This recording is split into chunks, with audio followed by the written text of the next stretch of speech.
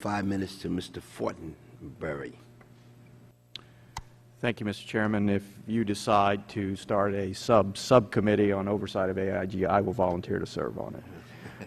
It's good to know. Mr. Liddy, thank you for coming. You're in a tough, difficult position. I understand you're basically not paid for this. You've taken this on to restructure the company. In that regard, I appreciate your willingness to do it. You very much understand, though, the cynicism with which very often your testimony is met because of the pent-up anger, particularly in Congress, but more specifically among the American people, about the reckless actions of this company previously. And in that regard, I'd like to take a step back, if we could, and trace a process by starting with just a general question. Can you explain to the American people who is AIG? You were formerly organized as a thrift holding company, the various business components of that.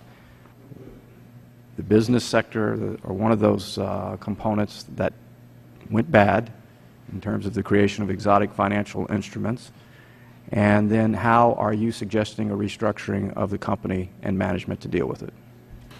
Sure.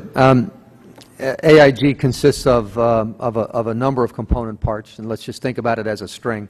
There are property casualty businesses, there are worldwide life and savings businesses, there are domestic life and savings businesses. There's a couple of large businesses like International Lease Finance. I think we own more airplanes than any other entity in the world. And in that general area, there's also the AIG financial products. So most of what I've tried to describe very briefly just now is it's an insurance company, with a few exceptions. One of those large exceptions was, starting in about 1987 or so, AIG got into a non-insurance business called AIG Financial Products, FP for short, and that's where we wrote very sophisticated derivatives, credit default swaps, hedges, and things of that nature.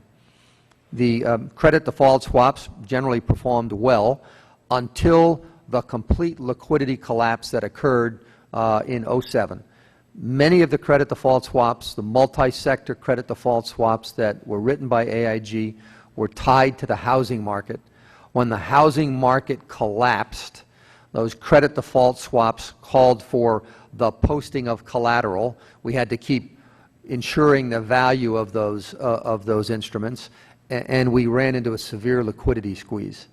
That's when the Federal Reserve and the United States Treasury came forward, and the first rescue package was essentially a loan of up to $85 billion extended to us by the Federal Reserve.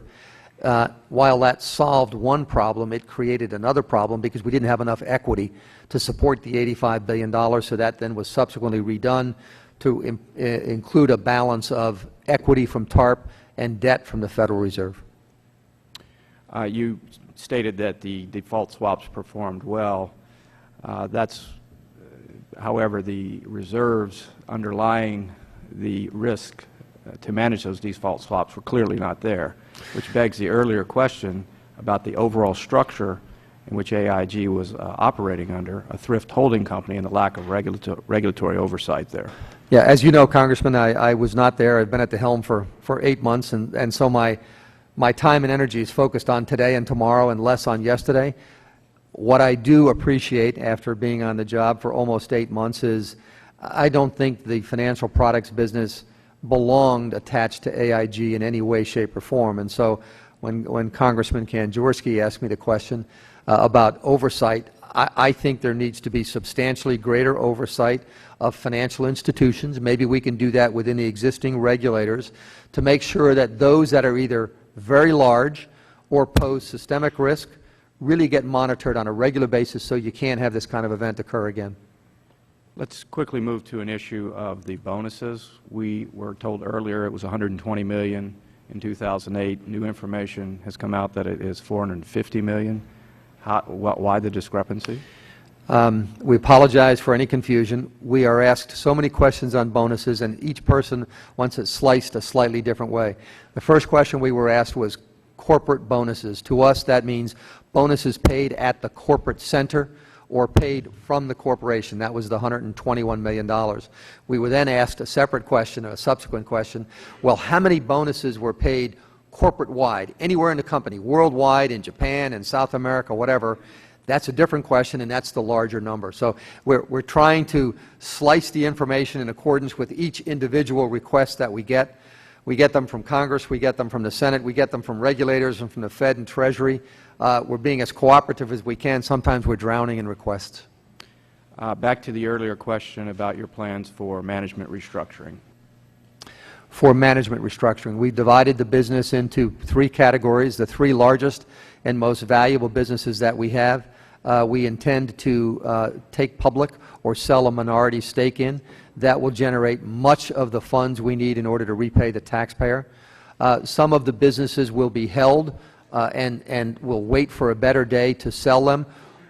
Another section of the businesses may be a part of AIG going forward. It'll take us, we think, 3 to 4 to 5 years, if the marketplace stays where it is today or gets better, in order to repay the taxpayer, but we have a strategy to do exactly that. Gentleman's time has Thank you, expired. Mr. Chairman. I yield now 5 minutes to the gentleman